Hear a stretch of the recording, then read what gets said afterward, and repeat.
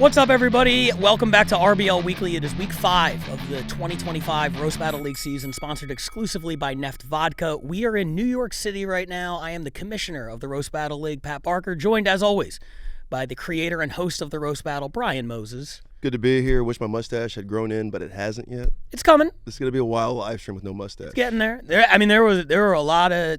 The comment section was fired up about clean-shaven Brian Moses. Yeah, some liked it. Somebody called me Webster, which I thought was a crazy reference. I didn't know we had old people watching this fucking channel, but I'm sticking with Stuart Scott with a slightly less lazy eye. Oh, thank you. Yeah. It works like part-time. Yeah, exactly. Yeah. It's it's been out of work for a while, but it's getting back on its feet. Yeah, it's couch surfing. Exactly. Yeah, my lazy eye. And before we go any further, let's introduce our very special guest here. We're in New York, and we had to bring along a New York roast battle legend from back in the day, who is now back kicking ass in the Roast Battle League, Chris Crespo. Welcome to the program, man. Hey, guys. Thanks for having me. Yeah, of course, dude. I wanted to get your perspective on this because you were around for the golden era of roasting in New York. You battled Eli Sayers, you went through that whole run of Roast Masters, and now we've evolved into the Roast Battle League, and a lot of people from that era, have moved on and kind of done other things, and then you came back out of nowhere last year, and we're seeing this a lot in LA with guys like Jay Light and Tom Goss, who have been gone for many years. They come back, adapt to the new era, and just start, kicking ass over here, and now you get to perform at the world-famous Comedy Cellar. You get to battle there. What is the new era like in New York? Is that buzz back? And how do people feel specifically about tonight? From my own experience, I kind of like the new era a little bit more. Interesting. It's a faster pace. It's still the same kind of thing where you have to write jokes all the time and, keep going and figure out the best ones to pick out of. Because, I don't know what it was, but when I used to do it before, I didn't have as much confidence in going in and knowing how to do it. I was really just trying to figure things out as I went along, and with each battle, I got a little bit better in terms of what I had to do. Yeah. And now it's like I know what to do, and I'm just sort of okay. Well, now what can I bring to the table with this person that I haven't done with anybody else? And it's pretty interesting in that regard. In terms of people that I know, they're excited about the Cellar. They're excited about coming to see me and Greg fight. I mean, how many people can say they've seen a cripple fight? They're not Just us, really. Really. Yeah. It's a unicorn. You don't want to miss that. You don't want to miss that at all. I don't want to miss that pot of gold at the end of the rainbow. I know. What initially drew you to roast battle? I mean, we see a lot in this sport, right, with a lot of people with all kinds of disabilities, social, physical. But what draws a guy like you? You're from New York, right? I'm from New Jersey. Oh shit, even worse. So, Whereabouts? North Bergen, where the Cinderella Man was from. Oh shit! All right. You're a fighter, Yeah. So what draws you to roasting, and what gets you into this? I know you're a hell of a joke writer, but what makes you want to keep doing this sport? Really, it's just to fine-tune the writing, and it's the sharper you are, the better you are. And it's you got to read a lot, and then you got to write a lot. And I don't with every person, I try to write at least 100 jokes. So the battles that you've seen with me, even though there's 5 jokes, there's 95 jokes that are in my pocket that I haven't used, and I've just been fine-tuning them or working on new material on where I can go with them. But it's pretty much just the writing, and excuse me, it makes you practice more, and it makes you focus on what the words are. And especially with roasting, it's like a word or a sentence can really land a huge hit. Oh, every syllable of the joke is important. Yeah, absolutely. Yeah. And that's a very old school mentality. Coming up in 2014 or whenever I came up, it was you were writing 60, 70, 80, 100 jokes for a battle. And then somewhere along the line, I think some people streamlined the process and they got more comfortable with knowing what works and what doesn't. But I think the new guys, you tell them it's it's a 3-joke battle, and they show up with 3 jokes. I was going to say, when It's he was pretty saying wild. that, it's such an old school mentality. It's a Pat Barker, Earl Skakel, Chris Crespo mentality of 20 teens. We're at 100 jokes minimum before we even go to any battle. I was talking to a battler recently who battled in LA, and they were we're 50 jokes for this thing, man. I was really prepared. I was 50. Geez, that's fucking lazy. Yeah, light work. Exactly. Yeah. The ones that I lose, I write 50. You see what I mean? That's the one. When you see me lose, it's because of 50 jokes. Now, before we jump into the battles this week, because we have 7 great battles to show, as always, we're on a time crunch this week, by the way. We're supposed to be up at the Comedy Cellar in about 2 hours, so we're not going to watch all 7 battles here in the studio. We'll watch the top 4. You're going to get to see all 7. But I wanted to set the stage a little bit for what's happening tonight. In a couple hours, we'll be at the Cellar, and it's mostly New York guys exclusively on this show, but we have an out-of-towner. He was in town anyway. He's perfect at this. He's fantastic. And as you alluded to, cripple fight. Yeah. Greg Roque, one of the legends from LA. He's and I want to be really clear here. This isn't just a gimmick. This is like 2 of the better joke writers doing this thing today. So I'm excited for it. What was the process of preparing for Greg like? Really, it's just I talked to him. I said, okay, what are your lines? What do you not want me to make fun of? And, you know, it was an open book. I had one line, but then that was it. And then I went to the races and started writing. Yeah. And then what I did was when I wrote 50 jokes, I started watching his battles to get more information. And then I wrote another 50 because of that. And it was, yeah. I think now I have like a 108 in total. It's gonna be a good battle. Yeah, I'm gonna send it to 103 overtimes just to hear every joke. Don't do that. When you said off to the races, I thought I was like, oh, this is New York. You're talking about all the races, obviously, but he means like he was off to the, he's right. Well, you're Cuban, right? Yeah, he's Cuban. Greg is Mexican. Really? So yeah, everybody's passing Spaniard guys. I like. That's it. what I'm saying. This is kind of like this is the World Baseball Classic in here. It's a Latino cripple fight. This is gonna be great. This is like the whiter version of like Fernando Valenzuela pitching to Yasiel Puig. Wow. God. Yeah. Thank you.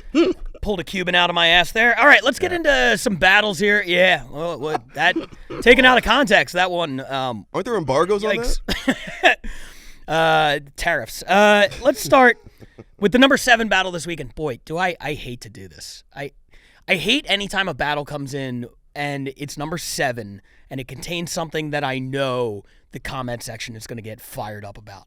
Oh. This is from the Glasgow Comedy Festival. This comes to us from Scotland, and it was sent in, and I didn't watch any of the battles this week. I've been too busy. The ranking committee handled them. But when it was sent in with the note, we didn't get the proper filming equipment, so if this footage is not good enough to use, let me know. And I was like, I'll send it to the ranking committee. If it's really bad, it won't get ranked. Turns out they liked it. So I don't know what you guys are about to get film quality-wise. I apologize in advance for whatever it is. But apparently the jokes were so good that they're good enough to overcome whatever the filming issue was.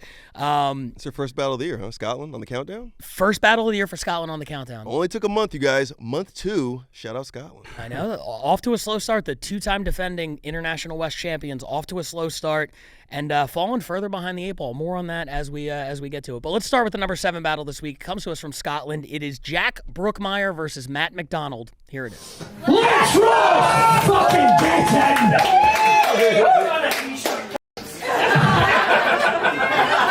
So Jack, it's nice to see you wearing your denim vest. I see you must have left your fedora at home.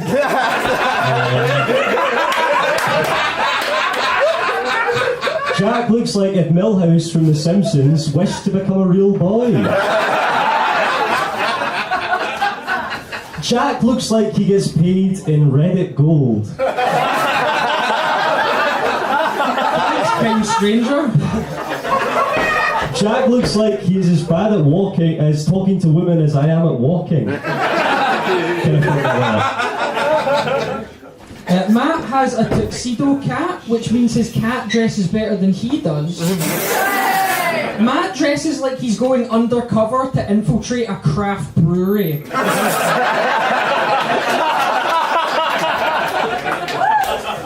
Matt looks like he leaves letterbox reviews for porn.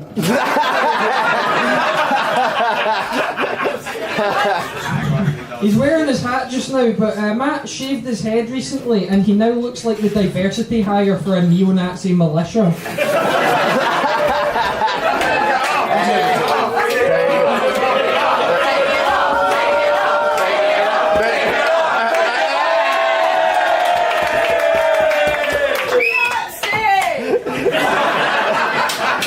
Putting the hat back on because I look like the Phantom of the Barbers.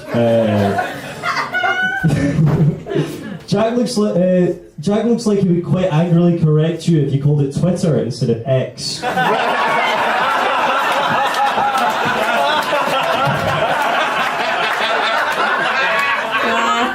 Jack looks like the average 4chan user. Not a big 4chan crowd in tonight, and trust me, that's a good thing.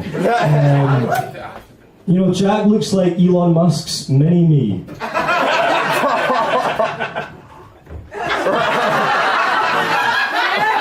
Legalized comedy! Oh!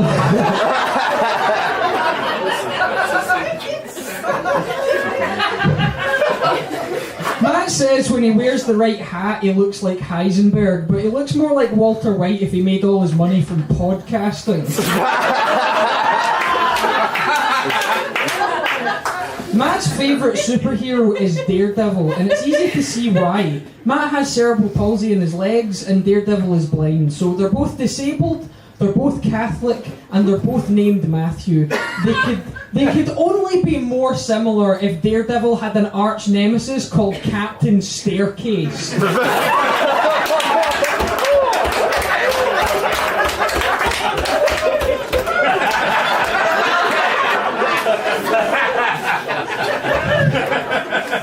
Matt is determined to be different from his brother, and his brother is a gay musician, so Matt doesn't play an instrument and doesn't have sex.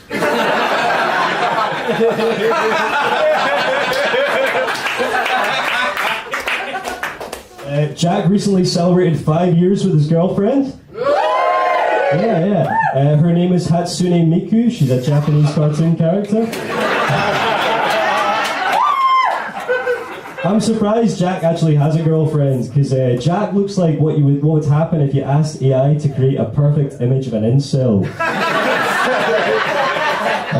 Believe it or not, guys, Jack's dad is actually a famous crime writer who's known for his novels about murder mysteries and twisted serial killers. I think it's quite fitting then that his only son grew up to look like the love child of Dennis Nielsen, Peter Sutcliffe, Fred West, and Jeffrey Dahmer. Matt looks like he was given an award by fellow American truckers for most dead hitchhikers in a single frame.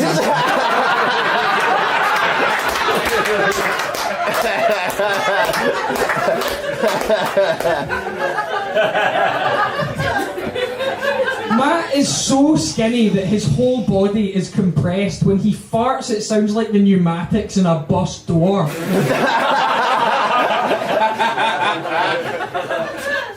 Matt looks like the villain of a children's cartoon about the dangers of smoking. Jack, when you wear that vest, you look like the villain in a school play about the dangers of listening to that rock music.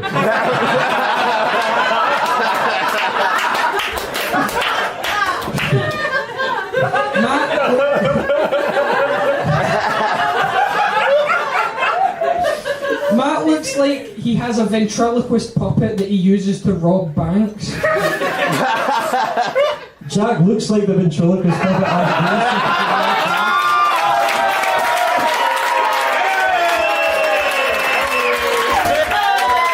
Jack, if you're here, then who's in a YouTube comment section complaining that the new Star Wars movies are too woke?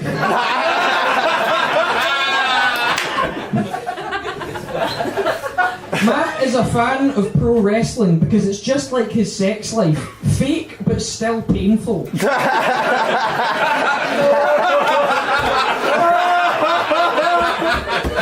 It's hard to imagine now, but Matt did used to have long hair, and when he did, he looked like the vision of the future of grunge that drove Kurt Cobain to suicide.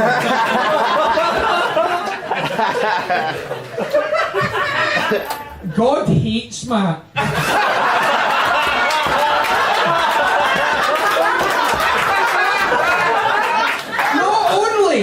Was Matt born with cerebral palsy? He was born in Edinburgh, the city with the most fucking stairs in the world.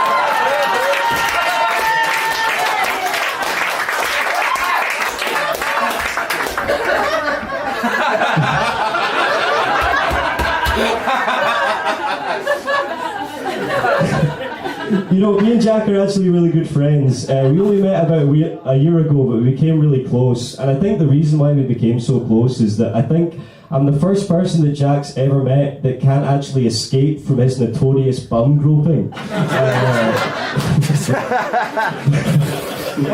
Jack looks like he could be Hogwarts' first school shooter.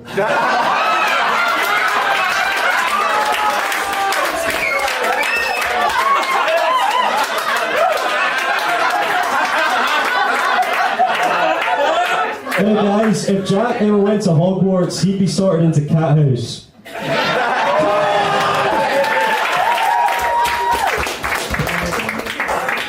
Because of his disability, everyone can move faster than Matt. Even small children can move faster than Matt. And with a moustache like that, thank God.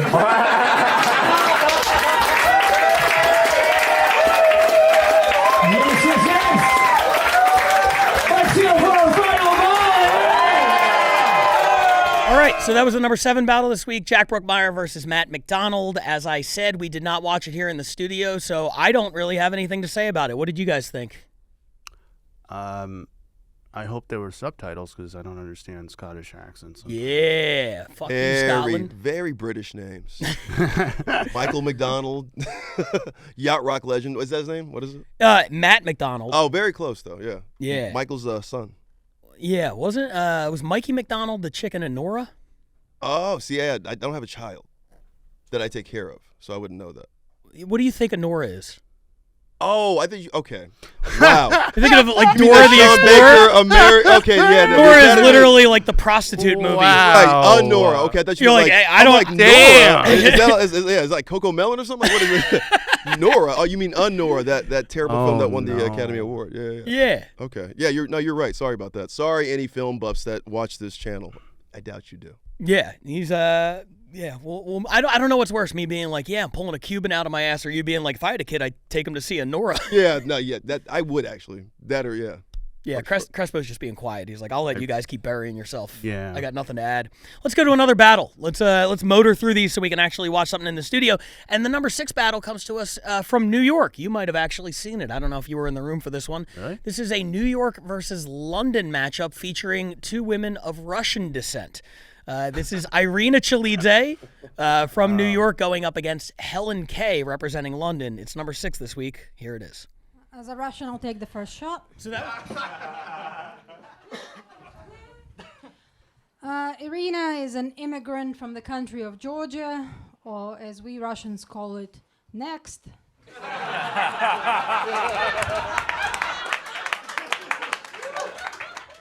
She likes to pretend to be Russian for street cred. But you can tell that she's not Russian. First of all, she's smiling. And secondly, no Russian would ever be afraid of ice. You're cool. Yeah. Helen is Russian. Boo! Boo! Yeah! And say! USA! USA!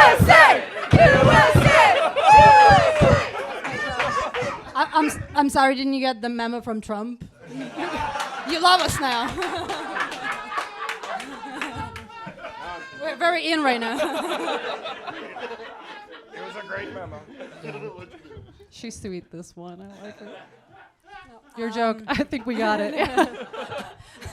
You just rallied the troops for your joke. Okay. All right. Irina is an immigrant who's dating a short, no-name comedian because comedy, the US, and Irina's pussy all have a low barrier to entry. That would have worked if everyone didn't know my boyfriend. I'm sorry, just didn't know what you meant when you said he was small. Babe, I would never say that. I would never say that. Stop lying, you Eastern European bitch. No, but Not so Russian now. look. Helen and I are both Russian, which is why we look like sisters. But she is also British. She was telling me about this thing called Brexit. Have you guys heard of this thing? Yeah. It's when men see her breast and then exit. I'm also Jewish, so I'm very excited for you guys.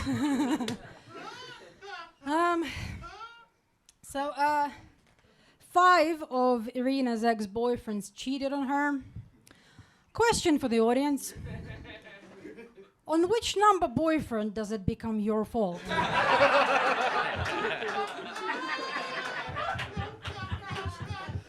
Number 1. So it's an honor to be here roasting Borat's wife. My wife, she bite. Oh no, she get out of the cage. Out of the cage. No, but I would call you a mail order bride, but the only thing a male has ever ordered you to do is to stop sucking his dick. Jesus. Just keep doing it. Thank you, Bella Hadid. You not see any signs of the cheating.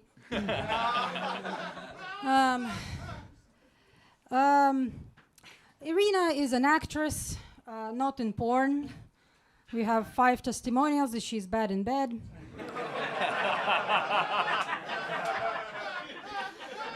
Six if you count Josh over there. No, she plays the role that all Eastern European women are supposed to play, non-speaking. That's goddamn right. That's some self-hate right there. Helen is a construction worker. That tracks. You look like your pussy has torque.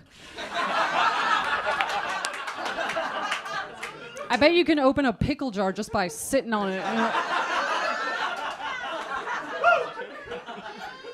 I thought we were meant to be roasting.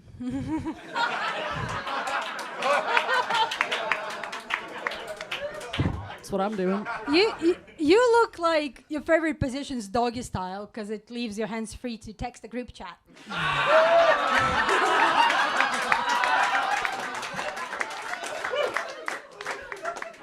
Guess who's getting cheated on right now? It's you.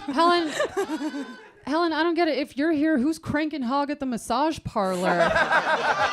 Cranking on. You look like you look like you give hand jobs the way a butcher makes sausages, just like next. Number 56. I'm a consummate professional. That was last show. Yep. Give it up for these guys. Oh, all right. So that was the number 6 battle this week. Helen Kay on the road against Irina Chalidze. Helen, back-to-back battles, back-to-back weeks on the countdown. She was against Angie Stroud last week at the Mothership. And she, this week, going up against Irina, did both of those battles in a week and did great on both. Yeah, they told you it was like the best battle of the night. It was real. This is one that I did watch. Mm-hmm. I watched it when it happened. They sent it to me. Yeah. So I didn't watch it to rank it, but I remember liking it. Okay. I'm kind of surprised that it's in the 6th spot. Were you in the room for this one? Was this the one in Grove? Yeah. Yeah, I was there. I liked it. It was really funny. Yeah. They were both great. It wasn't like it was a tough battle because like they were both really great. And it was just like, who do you pick? A lot of battles are that way. And I know Helen has been, she's been hitting me up since the Mothership episode dropped where she lost to Angie. And she's like, read the comments. They think I won. And I'm like, okay, that happens. It's a very, It's subjective. I mean, yeah, that's a Nate Welch, Ryan Nesson trait. Yeah. She's got LA Battler in her. Yeah, she's competitive. I love that. And this was another one where watching it back, she lost. And I'm like, oh, she could have won that one. But I keep telling her, I'm like, I think this is her 10th RBL Weekly appearance. Like, you're killing it. You're doing great. It's never about the wins, Helen. You know that. It's always about the meal you're preparing, and you always prepare a great meal. I mean, your status this season is the most legendary it's ever been. People are stealing from you. That's the most flattering thing you can have right now. Like, you're a queen. If you entertain them, if you make them laugh really hard at the end, and it doesn't matter. As long as you get them into overtime, doesn't matter. You've won. Yeah. Like you brought the battle to overtime, and then whether you win or lose, you brought it over.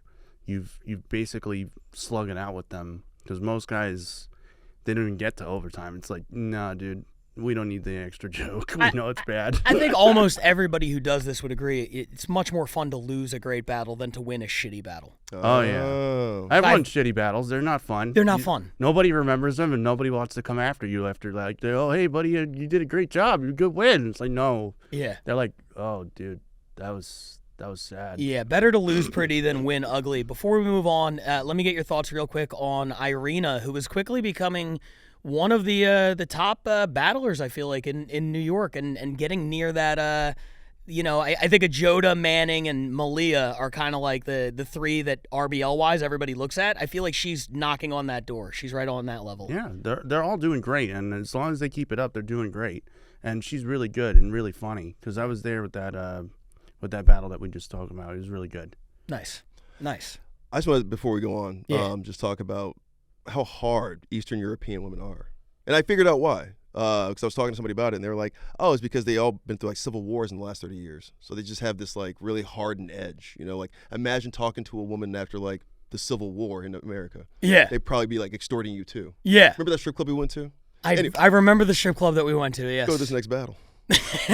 No, I have to tell you this joke because now you brought this up. So Helen apparently works in construction, which I didn't realize, but it totally makes sense. I never heard anybody mention it in a battle. And Irina was like, Helen works in construction, which, tracks. And then she said something like, you look like your pussy has torque. Oh, that's so good. She said something like, she was like, you look like you could open a pickle jar just by like sitting on it. Yeah, that was amazing. And then Helen was like, I thought we were supposed to be roasting, not complimenting. Oh! Fantastic back and forth. Helen, of course she does. Does she catcall dudes too when they walk by the construction 100%. site? Yeah, absolutely. So number 6 battle, New York picks up 2 points, still behind Chicago early on in the season. They got a lot of time, obviously, but a little bit of a slow start to the season for New York. And speaking of slow starts, L.A., 2 years in a row, leading the league in overall points this year. They come into this week behind the Bay Area. We had a battle that on paper I was like, well, this is a guaranteed 6 or 7. Instead, it only produces 3. It comes in 5th place. You were there for this one. Jay Light versus Guam Felix is our number 5 battle. Here it is.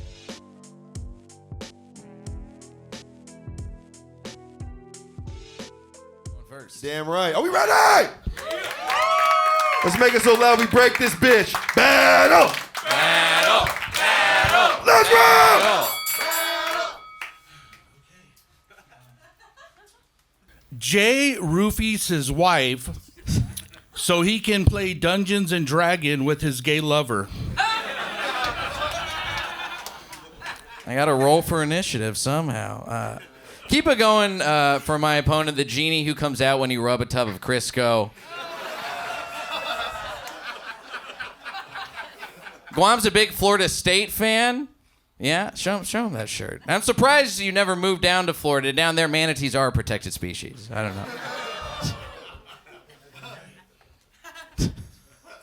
Jay looks like he goes to a whorehouse that only takes Bitcoin.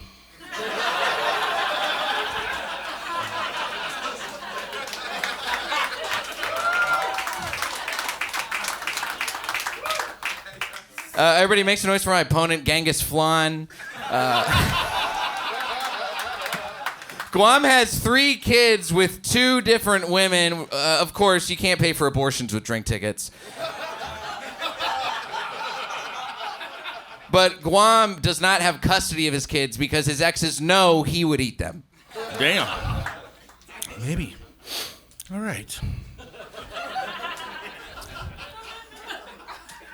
Jay broke the world record for solving a Rubik's Cube with one hand while holding a dick in the other.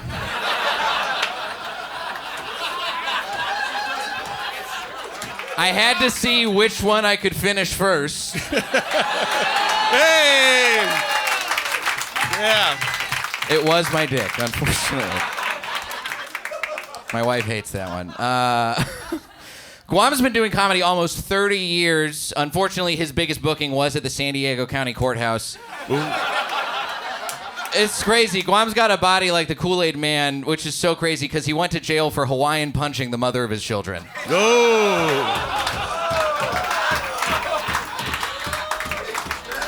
Now, All right. When Jay got molested, he didn't press charges because he told the cops that his uncle had some really good dick.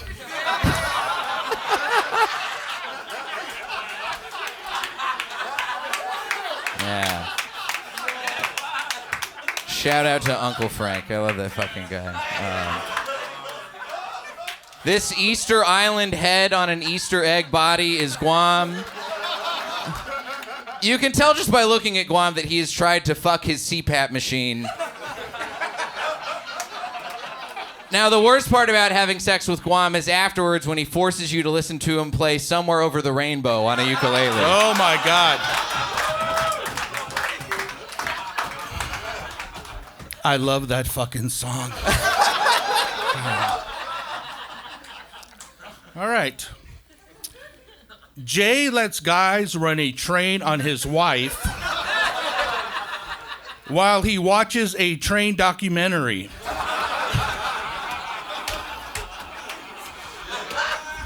Keep it going for my opponent, Fupa Tagovailoa.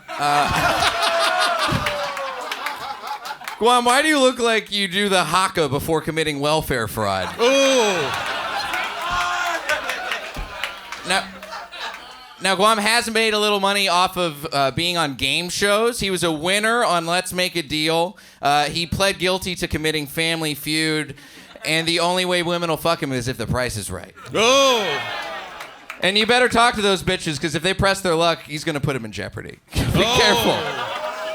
Ooh, that was layered. That's fine.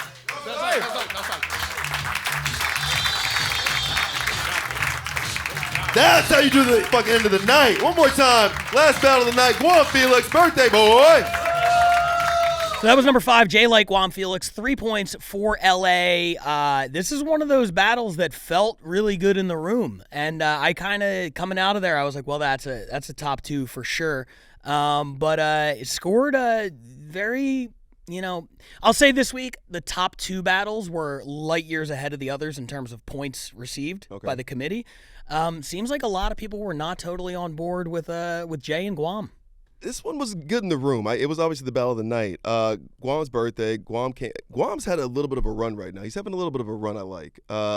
Real good joke writing, sitting down, taking his time, not really going with the wild, silly, falling off a cliff jokes kind of a thing, just kind of staying in the pocket.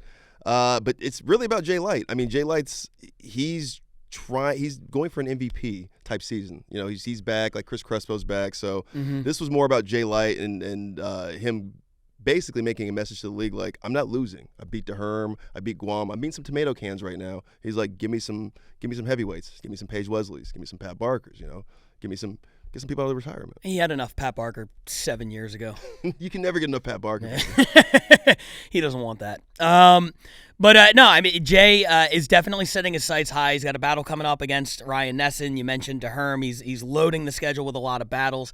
Let me ask you real quick on that note. Do you have any battles lined up after today? I don't really have any lined up after today. Because a lot of people like to, some people come in, they're like, give me one every month. I remember when I used to do that, it was a different era, but like I would need like a couple months to like wind down after a battle, and now people are just like, I'll do it every week. They're monsters now. These new kids are insane. Yeah, that was like the Ashley Barnhill era where she was just like, I'll do it every week. Yeah, and I caught up with her pretty quickly. Very quickly. Yeah, she wasn't the same after that. But I marvel at people who can handle that, like the heavy workload where they're just like going up like every month. And I think you did like 6 or 7 last season. Yeah, I think I did too. Does that wear on you when you constantly have to be in that roast mode? It depends, because if you have the time to write those jokes, it won't affect you as much. But if you have work and you have other commitments on top of that, you really have to find the time to write those jokes. And sometimes I would just have to force myself to sit and write 10 a day. Yeah. So 10 jokes a day for 10 days straight, and then you need like the rest of the week to basically filter through 100 jokes and then go, is this one funny, or is this one, does it look funny, or is it funny? Right. And then you're going through, okay, this one's too long, I don't need that. This one's too short. This one's just a statement, I don't know why I wrote that.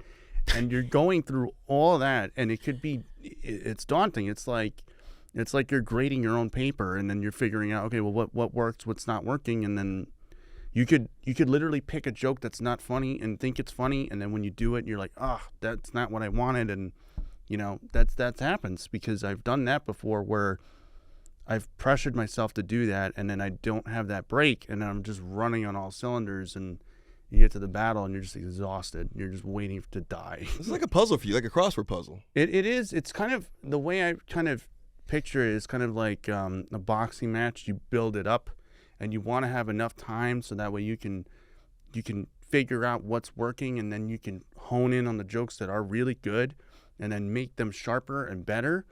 And then that way, when you get to the fight, you're not worried. You're not like concerned or like, I don't know if this set works. It's like, it works. You're just gonna hope that you win and hope that you get to overtime. Stay ready so you don't have to get ready. Yeah. Spoken like a true Cuban, equating everything to a fight.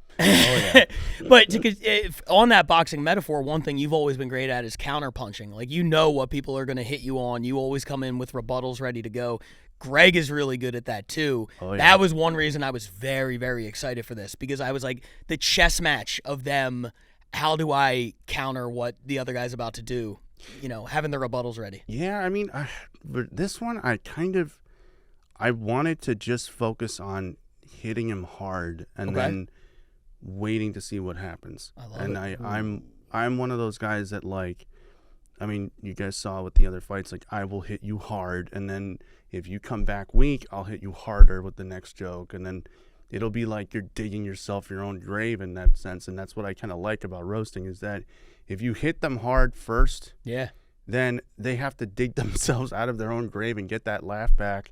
And if they can't, and you hit them again, it's just like, that feeling is amazing. You're just crushing them. It's almost like you're churning butter, but it's like a person underneath the stick. Ooh, further down. You hear that, Greg? You better get ready for the right hook out of the gate. He's not saving it for joke 5. He's coming out swinging right off rip. You better be ready for that. Otherwise, you might get knocked out. It's crazy. You kind of sound like the guy who crushed Greg's spine. You're like, I'm just going to hit him hard and see what happens. Oh, man.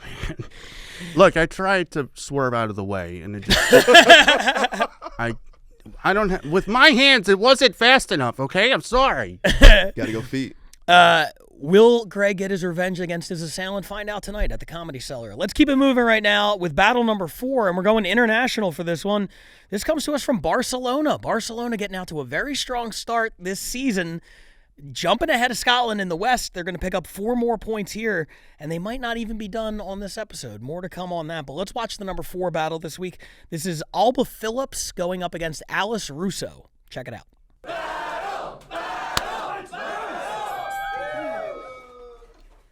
Please give your support to Alba. They stepped out of their iron lung to be here.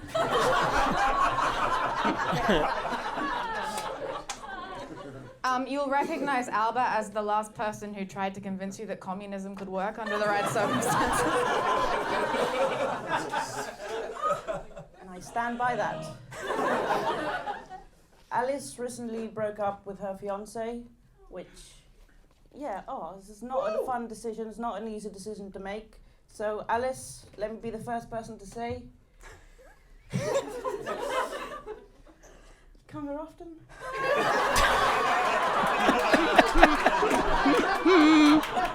Nicely done. Brutal, really brutal.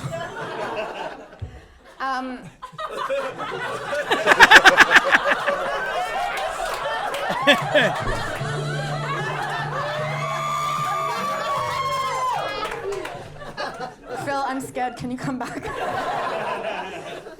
Give it up for Alba, the first person to die of dysentery on the Oregon Trail. Alba's pronouns are they, them. I just don't really understand why you need pronouns if no one ever talks about you. That's great. That's really, really good. That's amazing. Alice has a thing for bald men. She's also got a vast array of other mental disorders.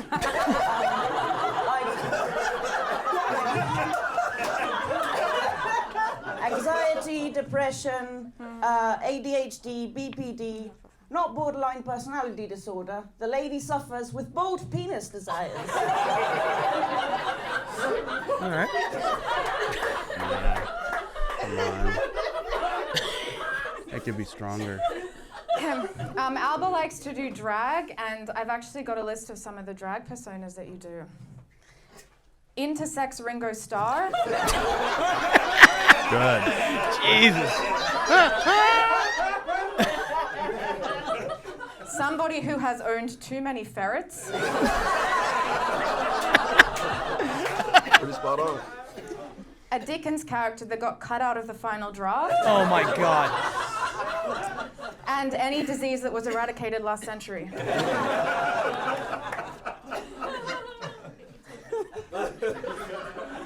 As you can see, Alice has a dead look behind the eyes.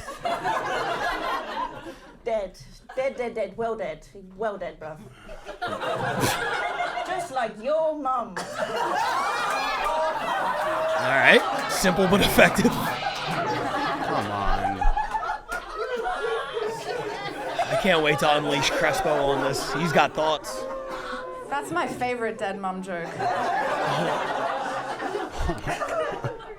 When I encountered Alba on my journey through Middle Earth,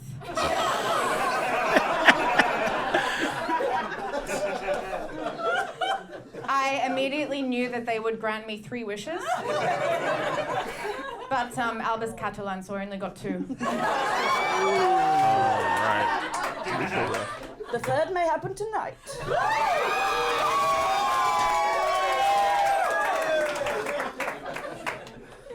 Alice went to an all-girls school, so she loves a bit of skirt.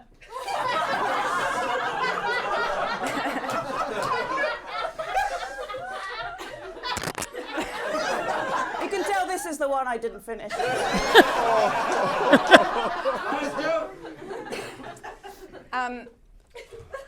Somehow Alba's not asexual. They experience sexual desire, normal sexual desire, but they do this really cool thing, which is they turn other people asexual after the first date. So there's still a chance. You have to shave your head first. Oh, fuck, I forgot the board cap backstage. Thank you. Thank you, you stone-faced bastard. Alice, if you're here, who's on Mount Rushmore? All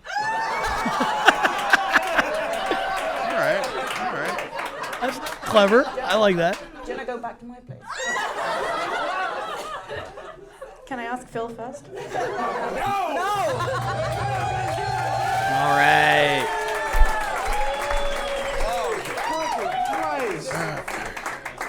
So there it was, the number 4 battle of the week, Barcelona. 2 newcomers to the podcast. Alice was on once before.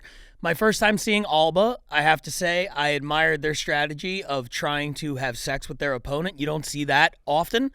But ultimately, no match for Alice Russo, who I thought had some really clever stuff. James Regal has told me on a couple of occasions she could win Barcelona MVP. And I see why. That was a pretty thorough dismantling. You had a couple of thoughts I know you want to get out, so I'm just going to turn you loose. What were your thoughts on the battle? It's a very tricky tactic to try and flirt with your opponent, especially in a roast. Yeah. The reason why is that you want to bring them down, and then when you're flirting with them and then bringing them down, you can lose the audience right away because it's like you want to be funny and entertaining, but, kind of harsh. But, like, when you're flirting with someone and then you're bringing them down, the audience has no idea are you flirting? Are you just serious? Are you joking? And that's the thing that, they took a chance. They took a risk. But, like, Alice just came out swinging, and she had they had no answers for that. So that's the only problem. This leads to a very interesting, bigger discussion. But first, I just want to get your thoughts on the battle and Alice in particular. What did you think? I like what Chris is saying because he's basically saying, like, you're not supposed to play with your food, right? But clearly Alba did. And I've seen Sam Minnie do that before, like hit on their opponent while they're bringing them down kind of a thing. So it is tricky. You have to be likable if you're going to, do that thing. And I think there is a gray area for non-binary battlers because they can just do that. Right, like if you're a dude, obviously, post Me Too era, you can't do that. Even pre Me Too era, it's a little weird to do just because it's like, stop doing that. It's gross and weird, and it turns everybody off. It depends on the angle that you're going to do it in, because that's really, if you have the jokes set up so that way you could do that and then bring them down or like make fun of them, and when they turn you down, you're just like, well, I don't even want to date you anyway, and then just like trash them down on that front. It'd be so rude, but like it doesn't matter the gender or the sexual orientation. It's the way you frame the jokes to make that work.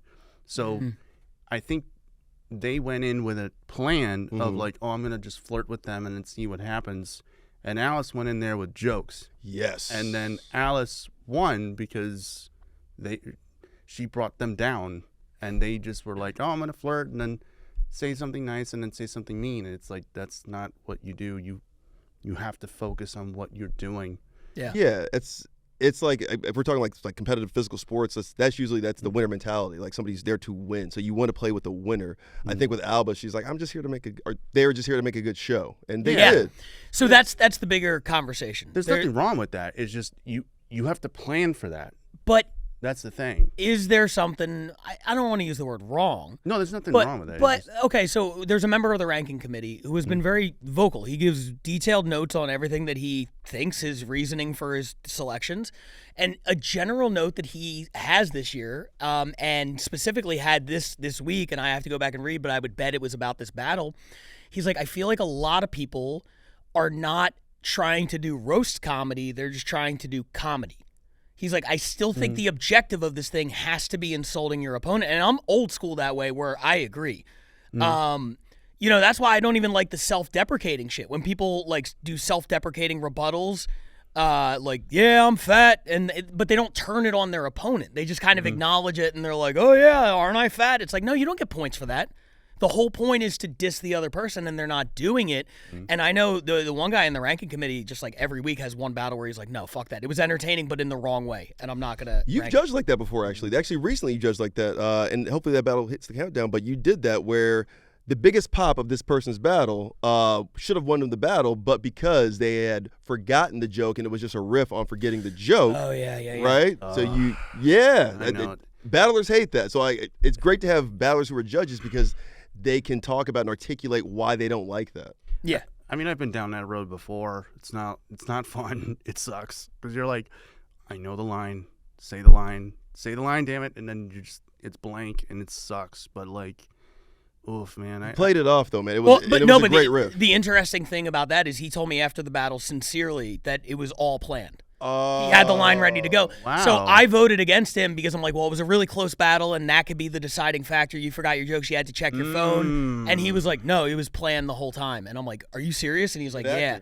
I'm like, he was too good of an actor to the point where I was like, that cost you the battle. And in retrospect, I was probably, wrong. But how could I have known? That part. Yeah. That's just really good acting. And the way he did it did seem like he forgot. I mean, he literally was just on stage kind of, because, hopefully this makes a countdown. But yeah, that's crazy. Okay, never mind then. It'll be next week if it comes. But how do you feel overall about the idea that you have to dish your opponent and just being funny in a non-roasty way is almost irrelevant in this particular show? Well, yeah, you're right about that, because it's not like stand-up comedy where you're trying to be the funniest person, to entertain the audiences, to just make them laugh. With a roast, you literally have to make the audience laugh at your opponent. That's the point of the roast. Yes. And even you can go back to like one of my favorite roasts to watch is like Columbo roasting Frank Sinatra. Holy shit. So it was like literally Peter Falk dressed as Columbo making fun of Frank Sinatra, trying to get a pen out of his pocket, and do you have a pen, and just bothering the hell out of him.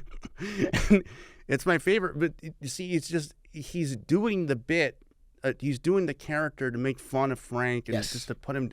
He's not putting him down. He's just like, oh, I'm such a huge fan, kind of a thing. And it works so well because he's actually like embarrassing Frank Sinatra in front of all these people. Right. But the thing is still there. You're embarrassing your opponent, or you're putting them down.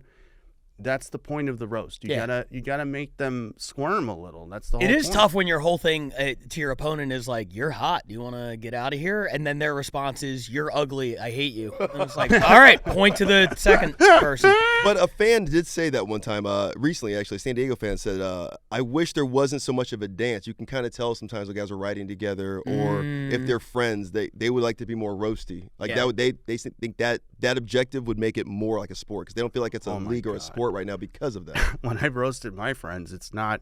There's no dance. No. It's just brutality after brutality. Like The dance comes naturally if you have two people who are really good at dissing each other and having rebuttals ready. That's where the dance comes. I mean, the thing with my fight with Brian and my fight with Yoshiko, those are two good friends of mine, and we didn't have a dance. We were just and you didn't beating the shit compliment out of either of them. Oh hell no! Yeah, you roasted them. They roasted you. That's the whole hit on them. Yeah. That's the whole point. No, never. Just bring them down. Okay, I was going to do a whole riff here that wouldn't have helped anything, so I'm just going to skip it and we're going to move on to the number 3 battle of the week. We have 3 battles left, and 2 of these I was in the room for, and they're both outstanding.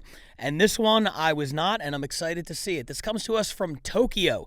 Tokyo, the defending world champions, off to a little bit of a slower start this year. Manchester opening up a pretty big lead. Tokyo closing the gap this week with 5 points. This is their former champion, Troy Lewis, going up against a debuting battler by the name of Yuki Neves. Troy versus Yuki. Here it is. Let's do it. Yeah, Rose Battle. Ladies and gentlemen, Yuki Neves, Troy Lewis. Let's hear it. Battle. Let's roll!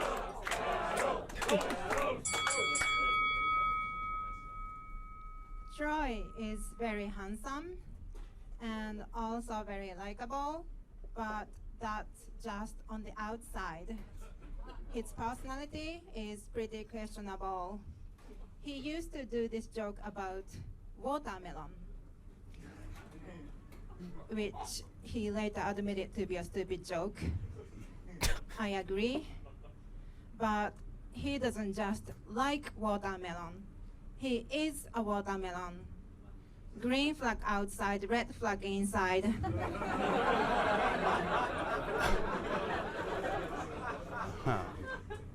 Too many C's inside, 3 kids and counting. Took a while to get there, but that was a great punch. Yeah, shout out to Watermelon. Shout out Palestine. Fucking love Troy. Yuki's awesome. Yuki's pussy is like Tokyo Disneyland. It's very expensive and it's full of foreigners. Yeah, I know, gross, right? It has this massive interest, but I still kind of want to come inside it.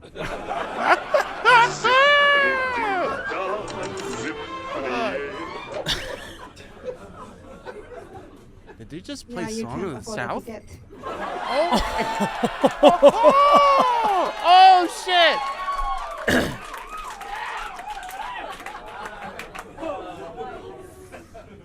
Dude, look at her demeanor. She's so deadpan.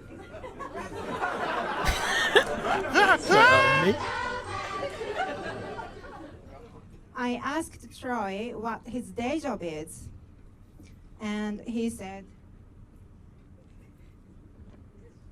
Youth Sports and Fitness Assistant Director.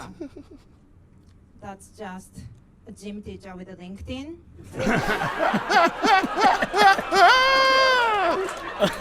Damn! I guess when you ask him what his night job is, he's not a stand-up comedian. He's a client laughter experience optimization specialist.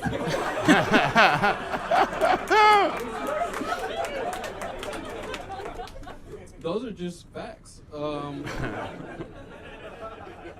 Yeah, Yuki, I'm sorry about calling your pussy big.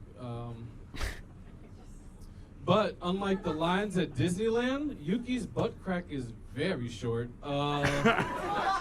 There's the nothing hell? back there, guys. I don't know what's shorter, Yuki's butt crack or the lines where her eyes are supposed to be. Oh my god! Jesus Christ. Troy, Jesus Christ, dude. Short is a projection. Wow. I wasn't talking about height. Oh, damn. Is that why you made me put it in your ass? Oh my God, Jesus Christ.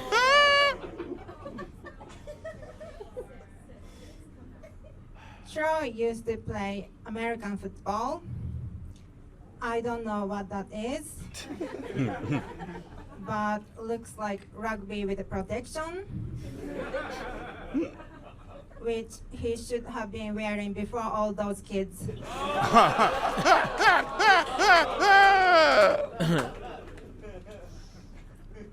Yes. Yuki, she works in the language industry, which is pretty insane. So contact Yuki if you want to learn how to slowly crawl through an English sentence. Oh my God. It's called timing, Troy. Which Oh! when you were trying to pull out. Holy shit! Dude, she's a natural God. at this. This is a very impressive debut. Oh my God. She knocked him out. Oh my God. That's incredible. She's so in control and looks so uncomfortable. Won't even look at him. Yeah. Now she does. No, she knows what she's doing. Oh, dude, 100%. She's got this character down. 3 years ago, Troy spent too much time on porn sites, and his Instagram account got hacked, and it started sending messages to everyone, pretending to be him. I got one too. Oh my God. It said, "Hey, I kinda need your help on something real quick. Do you mind?" I instantly knew it wasn't him, because Troy doesn't ask for consent. Oh! Yo! Oh my God! What? Holy shit! Oh my God! You gotta go after her. He's on the ropes. Yeah, I kind of regret talking about how you speak now. Oh. He's tapping out. Yeah. Yuki used to surf. That explains why she talks so retarded. What? She could never hang 10 because she's only a 5.5. Oh. But it doesn't matter if it's from the front side or the back side. She's never seen a barrel she's not willing to ride. Come on.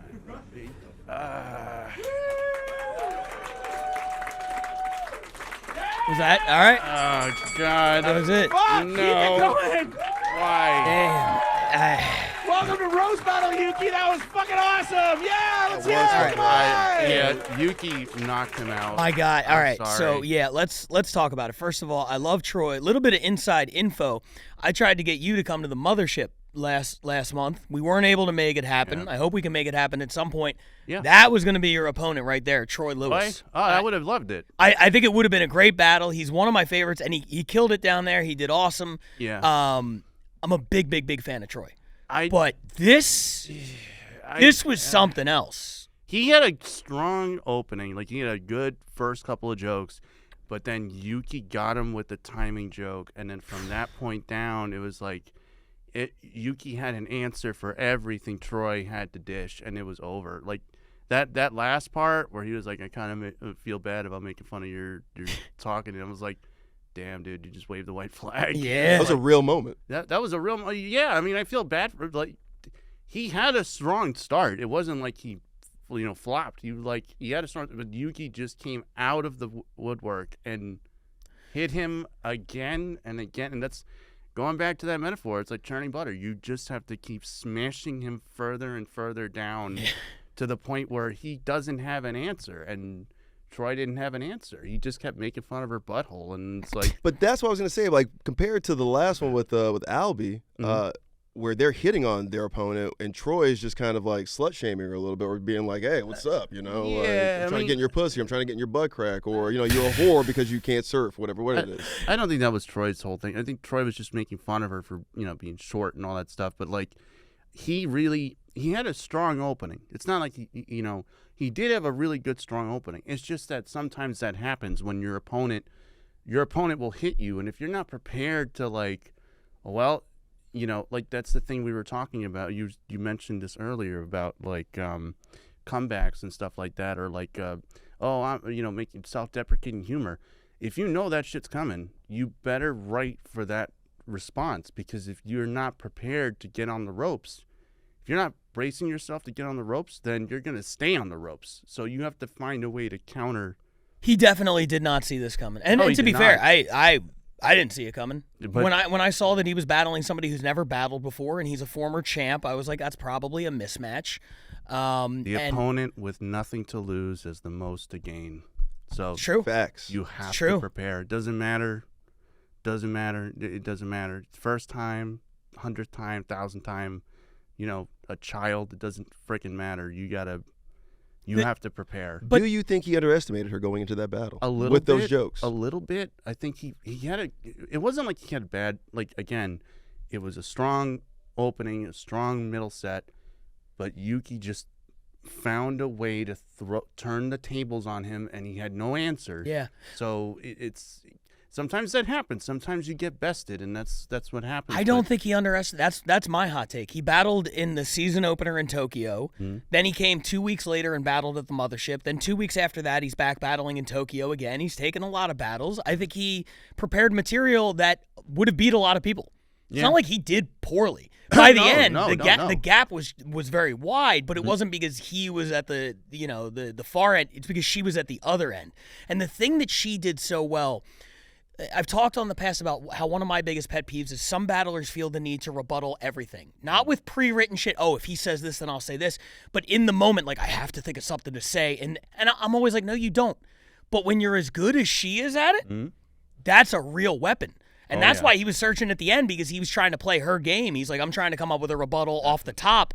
And she does it better than maybe anyone I've seen in a long time. I mean, she stopped him in his tracks because his whole thing was objectifying her body, right, with the first two jokes. And then she stops him with, like, well, he doesn't ask for consent. And then after that, he's like, I don't know what to say now. Amazing. It's like that's going to stop your whole thing. If your whole theme is objectifying your opponent, well, you can't really go, because now they're saying, well, you're a rapist. Right. But even before that, when he was doing the whole Disneyland metaphor, and she was like, you can't afford a ticket.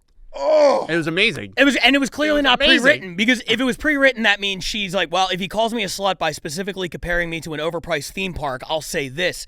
No, she came up with that. Yeah. All her shit was like in the moment, and her written jokes were really good too. It was just very, very impressive debut. Yuki, shout out Yuki. Yeah, I was worried on that first setup, the watermelon setup. I was like, oh boy. A lot of long walks. It's almost like when you watch a Chinese film, and it's just like it's like, hi, I'm this person. It's like long characters. Yeah. It's just like long English. I bet like in Japanese it was just like two characters. Yeah, exactly. But this was oh my god, that you can't afford a ticket. And the seeds in the watermelon. I exploded. Unreal. Just the seeds in the watermelon. I was like, where's she going? Where's she going? Where's she going? And then oh man, that was great. For English as a second language, I think Joe DeRosa said it on the last episode with Hinchcliffe at the Mothership. It's always more impressive when a battler doesn't have English as their first language. So like they're really, really focused and dialed in, trying to like just nail everything from a word perspective, because you can't fuck up a syllable because you don't even know the language that well. Yeah. So the fact that she can knock it out like that with with no word economy, and it was come up with that comeback of you can't afford a ticket, because that's not in her language. Yeah. And for her to come up with that and hit him with that, dude. Oh my God, that was huge. That was impressive. Crazy. I've been asking myself, how can Tokyo repeat as champions? You win a championship. Sometimes you got to reload, grab a new guy in free agency, keep the, Jay Yamaki and Troy can't carry it forever. They might have a new star on their hands. Sorry, Fujiko. We got a new star in town. Her name's Yuki. Yeah. Oh, shit. He's in. Let's get to the top 2 battles. Now, these ones, I'm kind of surprised after seeing that Tokyo one, the gap between 2 and 3, because 1 and 2 were the ones that everybody universally was like, oh, these are the best, and I was there for both. I remember them. They're both good. I'm excited to watch them again. The number 2 battle this week is from Austin.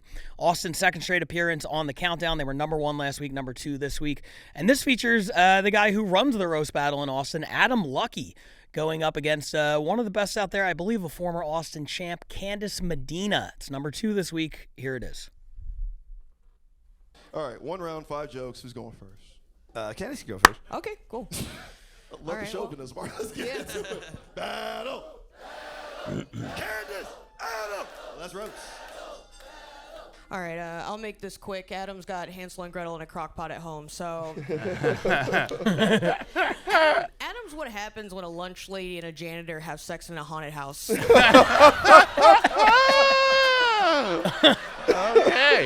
Yeah. All right. I miss Mom and Dad. They were great. Come on. Candice is not just a comedian. She also has a reverse OnlyFans. That's where she sends people nudes until they pay her to stop. She's crushing it right now. Oh, my God. So much money. Well, at least I understand and know. You know what I mean? Oh, my God. Okay. I understand it. I just don't respect women's opinions. So. Oh, shit. Opinions, by the way. Oh, my God. Good catch. Oh, my God. Adam looks like a witch with really bad Benjamin Buttons. Like 2 witch jokes in a row. Yeah, I know. I shouldn't have done that, but you do look like you cook meth in a cauldron, so. Yeah. Good save. Candice tried to kill herself by eating a gun. That's really funny. But the gun actually ended up jamming because she covered it in barbecue sauce. First off, you're not supposed to eat it, actually, Candice. You're just supposed to kill yourself. Look, man. Holy shit. It wasn't barbecue sauce. It was from your wife's pussy, okay? She was smuggling it through the airport for me. Jesus Christ. Adam looks like Mitch Hedberg got raised from the dead by a seance. That's true. I used to be dead. I still am, but I used to be too. Candice's last name is Medina. It's Spanish. It's actually Spanish for fat alcoholic bar pig. Oh, I guess my last name might be Lucky then. That's his last name. Shit. That was mean. I'm sorry. No, it's just funny. It's like, it's crazy that you would even say anything about my appearance, dog. That's crazy. That's good. That's good. Holy You look crap. like the, you look I like don't the, get it. Why is that funny? Am I not hot as fuck? What the fuck? I took the Andrew Tate University. I thought I'm an alpha fuck. Oh, God. I'm out here fucking Hey. sluts and licking butts, dog. I don't give a Well, you do look like the prettiest peasant that survived the Black Plague, so. Adam, it's crazy to be that racist and have that black of teeth. Wow. You guys know how 4 out of 5 dentists recommend brushing twice a day? Adam's friends with the other one. I respect him. He refers to his white teeth as one of the good ones. Hell yeah. My teeth are interracial, dude. I respect that. Only because they got tarred and feathered. Oh. Candice does a lot of dirty talk during sex. Every time she fucks a guy, she looks him dead in the eye and goes, "Do the roar." She looks like that kid. She looks like that little Shrek kid. Oh. Little fat. Oh. That's what she looks like. Yeah, if I'm a Shrek kid, you're the swamp. Hell yeah. Oh, my God. Goddamn right. Come on. Adam fell out of an ugly tree and chewed every branch on the way down. All right, that one's for me. I liked it. Oh, boy. Candice looks like a school teacher that gets rejected when she tries to fuck her students. Oh, man. Nah, I'm So good. mean. I'm going to get molested by the principal. Whatever, dude. Somebody throw this guy a line. Before he gets No, don't turn your back. Adam Lucky. Candice Medina. All right. Wow. There it is. The number 2 battle this week, and it was very, very close between 1 and 2. Second straight week. Austin barely edged it out and came in first last week. They barely missed it, came in second this week.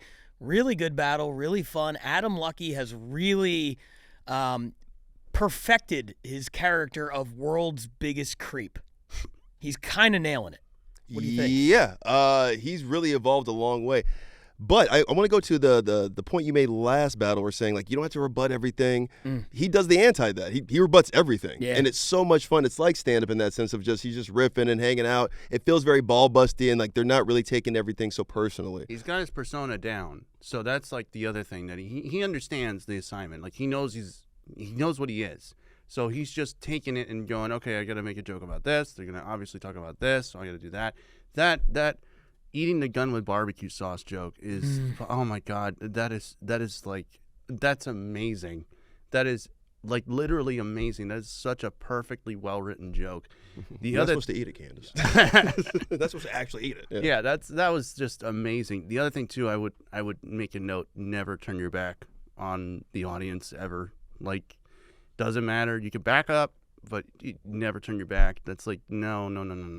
Interesting. I didn't even notice who did that. She did. Candace. I'm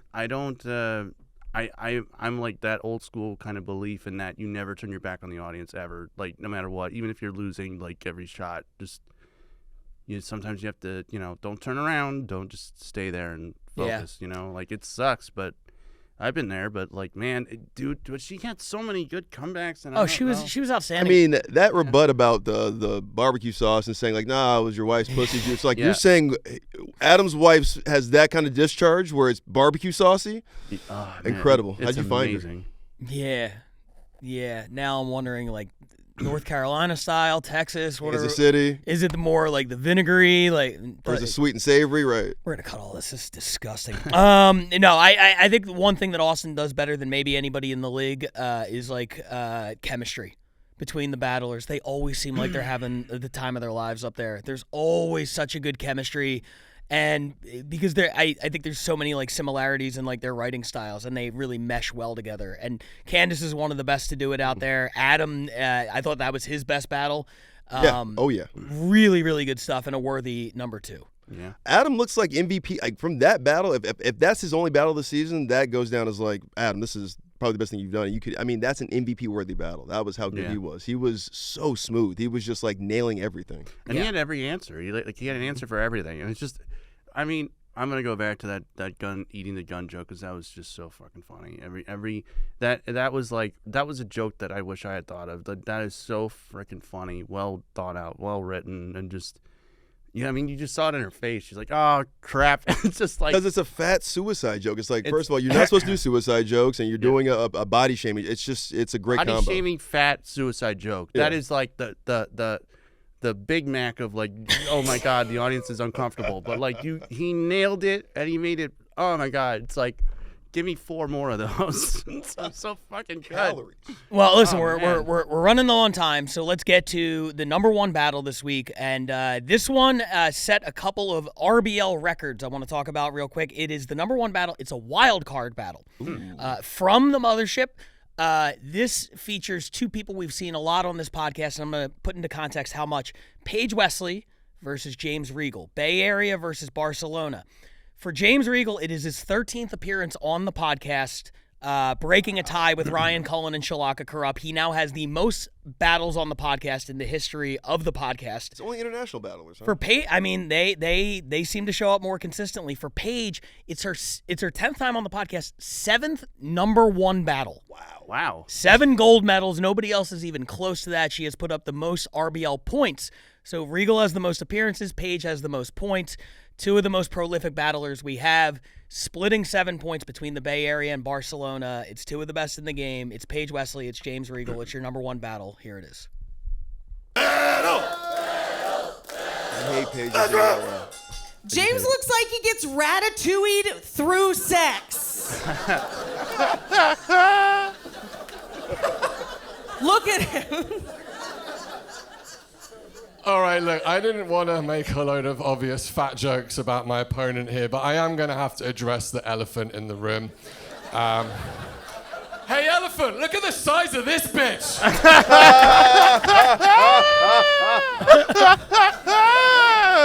Sucks to be second, elephant. What's up? Look, it's true, I'm fat, but James is British and poor. So I bet you'd kill for a few extra pounds. Oh my God! James is broke and a non-practicing Jew. So, like, maybe you should have practiced more, man. USA. I am a Jew. That means I recognize a page that's about to explode. Oh. Wow. That's so good.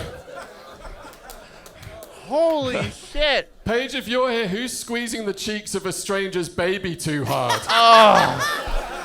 If you're here, who's saying aluminium? I don't know much about American politics, but I think this is how J.D. Vance sees his favorite couch. Oh, wow.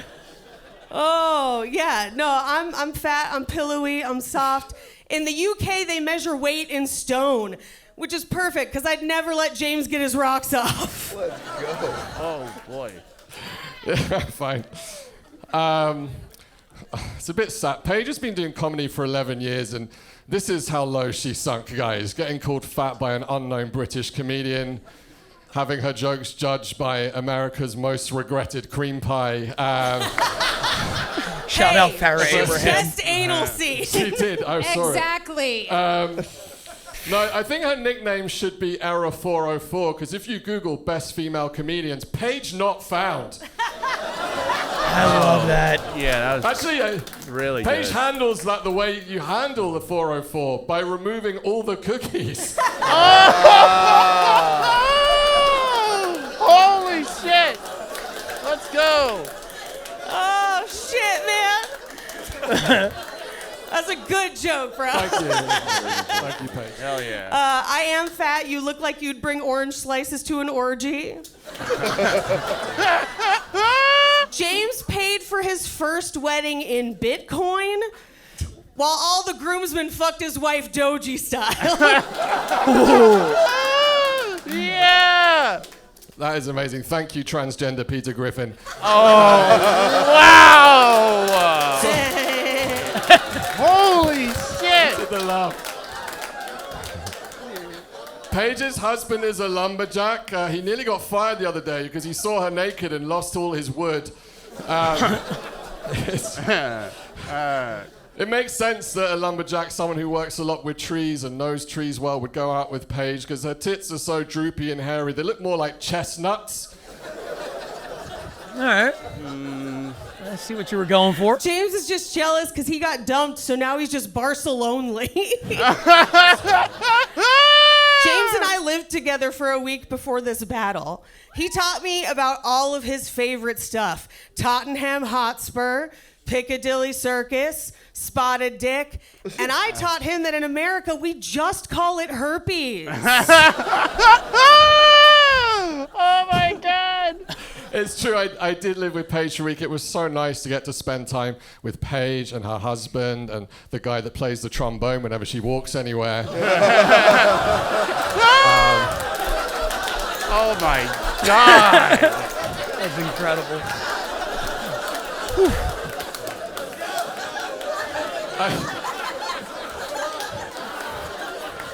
I want to leave it there, but I really want to do this last one because I was in a house, I saw all her stuff, and I didn't want to have to share this with you, but I'm sorry, this is a violation of trust. But I was in Paige's shower, and I noticed she had a special shower gel just for her vagina.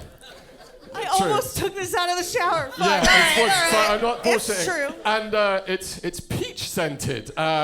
So if you're wondering what this pussy smells like, it's rotting peach, guys. I'm gonna lend it to Heather after the show. Oh my God.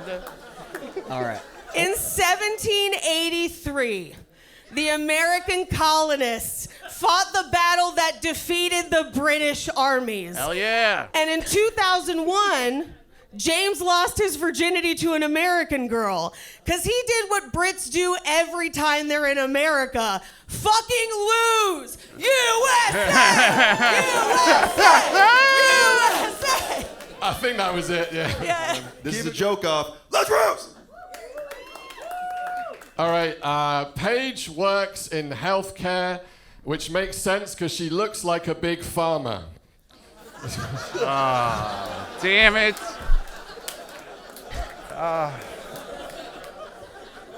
James's ex-wife was Polish, so she knows exactly how many guys it takes to screw in her light bulbs. Oh, man. Take it, man. Just take it. Wow.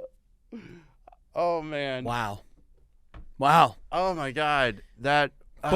Both on my fantasy team. Let's start with the most important thing here. God, that was... My fantasy team's fucking you guys up. Paige Wesley, James Regal. America. Outstanding fucking battle. And for context, if you guys haven't seen the Mothership episode, we had 9 judges. We were in there. That show was 2:20 in at that, almost 2.5 hours. Wow.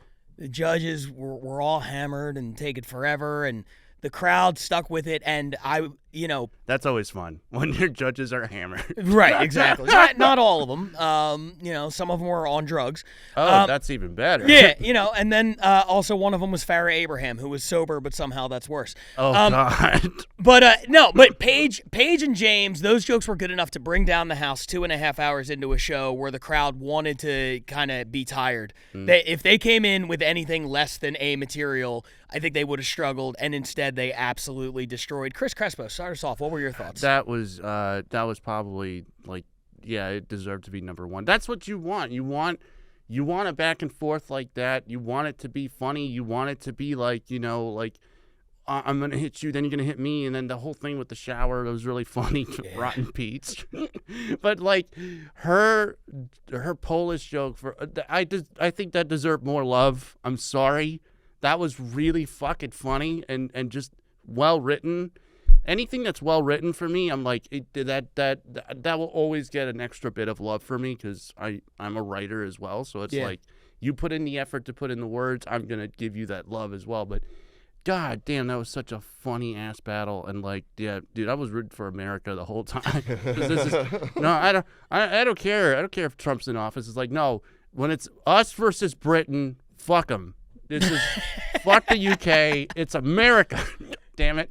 Yeah, USA. USA. I should point out that James Regal officially did win the battle. We should. Traitor. You fucking traitor. No, dude, there's no losers in a battle like that. They were both great. Moses, what'd you think? Dude, Regal's on a run. I mean, his whole American run is all the battles have been on RBL Weekly. So I mean, it was, you did your job, mission accomplished, James. And I said this after that Bay Area battle between him and Logan Farr. I was like, yeah, this guy's on an MVP run this season. I mean, Adam Lucky, that was probably one of his most impressive performances ever.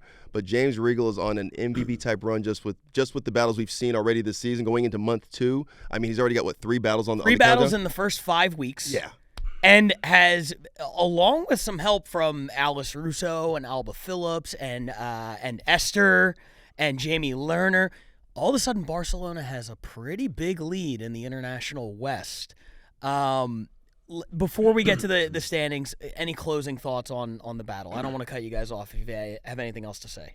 That was incredible. Yeah. That was literally it deserved to be number 1 for that reason. I think Paige is really good. Let's not take away anything from James is good, but Paige is coming in strong. Don't sleep on Paige. She's coming, and some of the, oh my God, just some of the back and forth, the Piccadilly Circus joke. Yeah. To Spotted Dick. Yeah, it's so freaking goddamn funny, and it's the whole that is literally that's what you dream about when you're a comedian and you're doing roasts. You want fights like that because then it doesn't matter if you're 20th in the lineup. It's that becomes the fight of the night, and you are remembered for that. And that's you make people laugh, and they laugh at your opponent, and they're laughing at you, and you still have that back and forth, and it's still, I mean, that's what you want. You want that all the time, you know? That's the pinnacle of the league right there. That's what you want. I mean, like a guy who's ascending right now, and then obviously going against a Hall of Famer in Paige Wesley. I mean, I didn't know that about her stats about having that many number ones. Yeah. It really does speak to why LA is hurting right now. I didn't know we lost LeBron. LA is fucked. Yeah, that's exactly what happened. Thanks, Paige. LeBron left, and it's not Cavs Lakers. It's like in the division. It's like your number one rival. Yeah, you like went to the fucking Kings, Paige. Jesus. And speaking of which, let's the beam. Let's talk about it in the West. We're 5 weeks in now. The Bay Area still holding on to first place. Yeah. 25 points. LA in second with 20. LA in possession right now of that wild card. Austin with 2 big weeks coming in hot. They have 13, and Denver bringing up the rear with 3. Of course, this year we have to keep an eye on those bottom teams too, because someone will be replaced next season. If you're not following the WRBL, you gotta jump on the Patreon. $5 a month gets you WRBL Weekly, the podcast on there. They've had some outstanding stuff. You got to check that out. And one of those cities will be replacing the last place team here. So Denver has 3. Over in the East, Chicago misses the countdown this week. Still holding strong with 20. New York with 14. Atlanta with 7. Cleveland 0 for 5. Has yet to get on the podcast. It's they do all the work. They do. Yeah, they do all the work. They're very good in this league. They just don't get the points. It's kind of like Atlanta. You know, it's like, all right, you guys are there, but you're not really there. And Cleveland wants it maybe more than anybody. They do, I'm hoping that they get on a run because I know they're feeling a little bit of pressure right now. Yeah, you don't want to get replaced by Milwaukee. Oh boy. Yeah. The International West, Barcelona, 16 points. They lead the entire international side of things with 16. Scotland with 2.5. Vancouver with 1. Toronto yet to get on the board.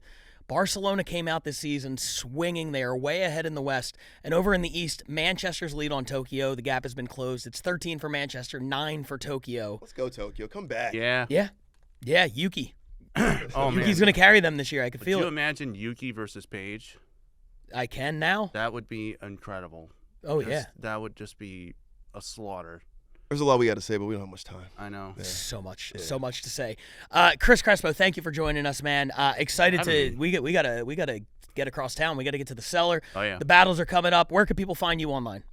Just on Instagram at Crespos. Cresposts. Yep. And Brian Moses, what do you have to say? RoastBattleLeague.com, live streams, everything's coming. Thank you guys for watching this last month. We love it, man. This is the biggest season we've had, and you guys are proving that, so thank you so much. Subscribe to the Patreon, and, I guess follow RBL Commish so you can get all the stats and things like that. Yeah, absolutely. And the live streams are becoming a big part of our business model. And we haven't really been advertising them a lot because we want to, ease our way into the game, but we're doing the Wrightwood live streams. We're doing the at the cellar today, the live stream. LA, May 8th, the show in the main room. The lineup is absolutely insane. We're going to be doing a live stream on that. If you're in LA, get your tickets to that. If you're outside of LA, just grab some popcorn, get ready for the live stream. It's going to be one of the best shows we've ever had. That's it for us. Thanks for watching RBL Weekly, and we'll see you guys next week. Let's roast! Yep.